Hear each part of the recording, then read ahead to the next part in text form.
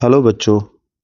आज हम एक बहुत इम्पोर्टेंट टॉपिक कर रहे हैं जिसका नाम है change in quantity demanded. Change in quantity demanded and change in demand.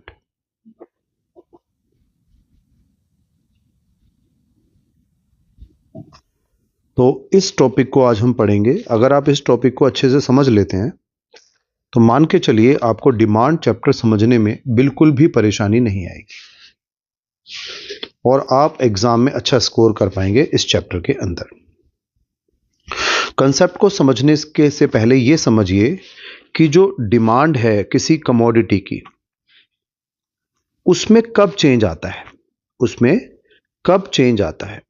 तो मेरे ख्याल से आप क्या बताएंगे कि सर चेंज आता है प्राइस में चेंज आने पर, due to change due to change in the price of its own commodity.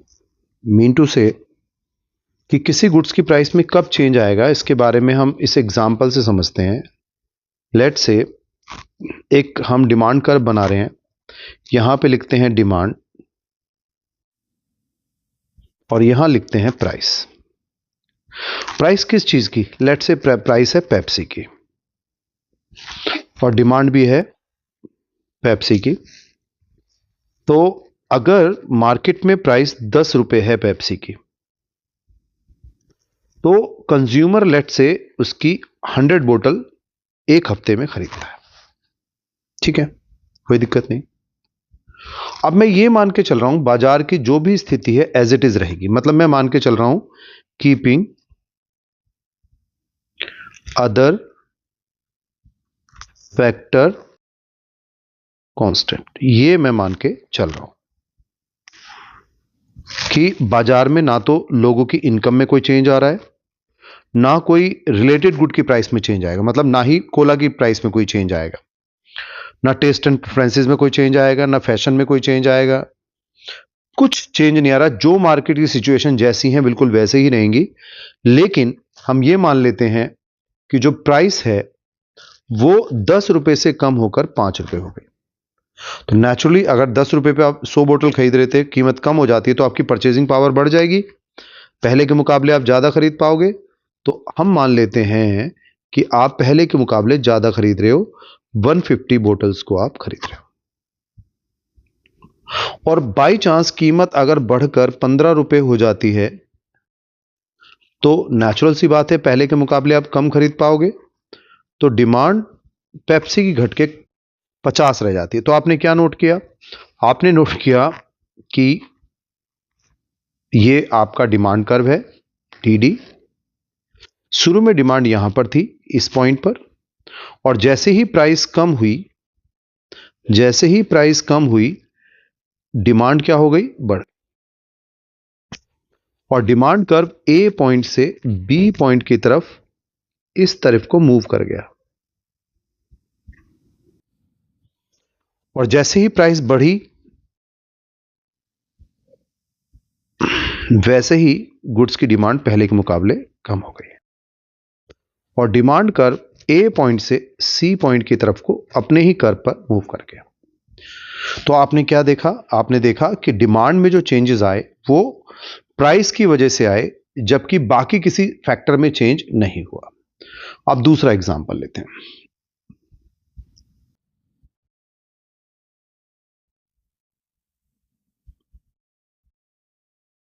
अब मानते हैं due to change in other factor other than its own price. इस बार हमने उल्टा किया है।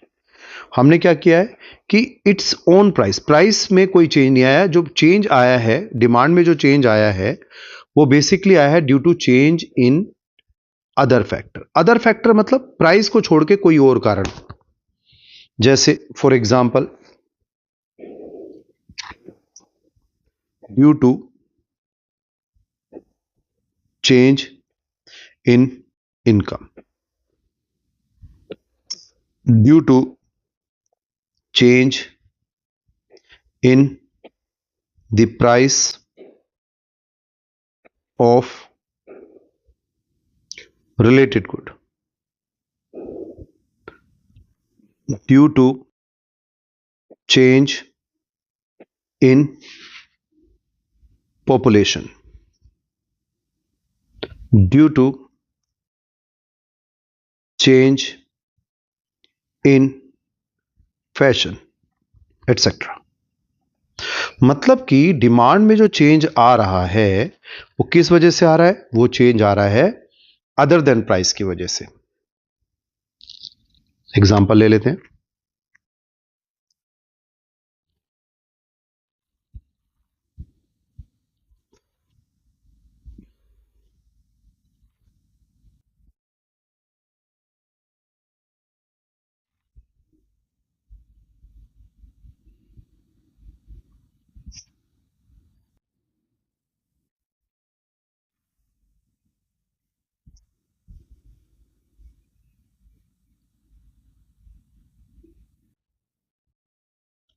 तो अभी हमने देखा था कि ये डिमांड कर्व है किसका?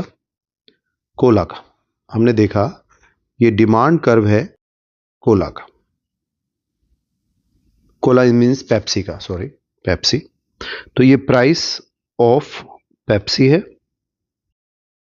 और ये डिमांड ऑफ पेप्सी है, अभी हमने देखा। और हमने देखा था कि 10 रुपए पर आप उसकी 100 बोतल बाय कर रहे थे, लेकिन इस बार प्राइस में कमी नहीं हुई।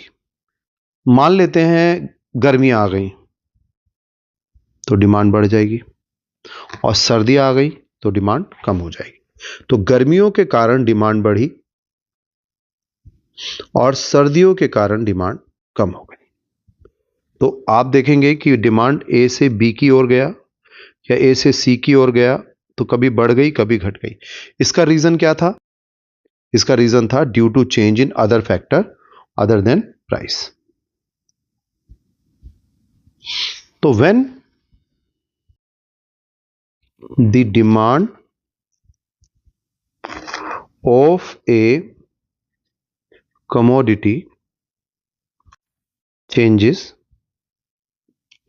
due to change in its own price, keeping other factor constant, it is called change in quantity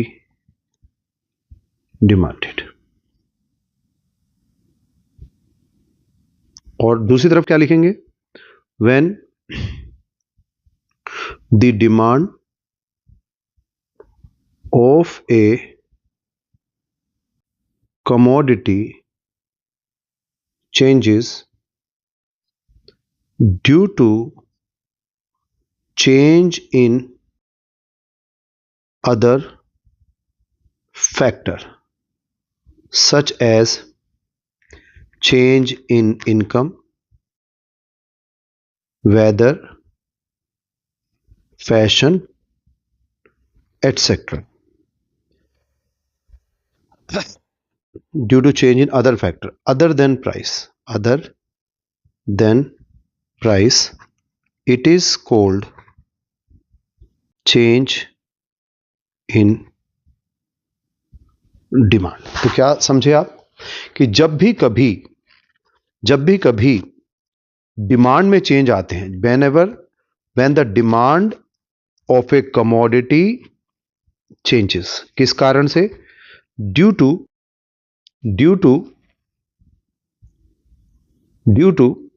change in the price of its own commodity, due to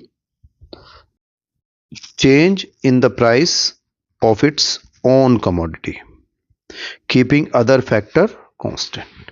इसे कहते हैं हम चेंज इन क्वांटिटी डिमांडेड। और जब कभी demand में change आएगा किसी कमोडिटी के, किस वजह से?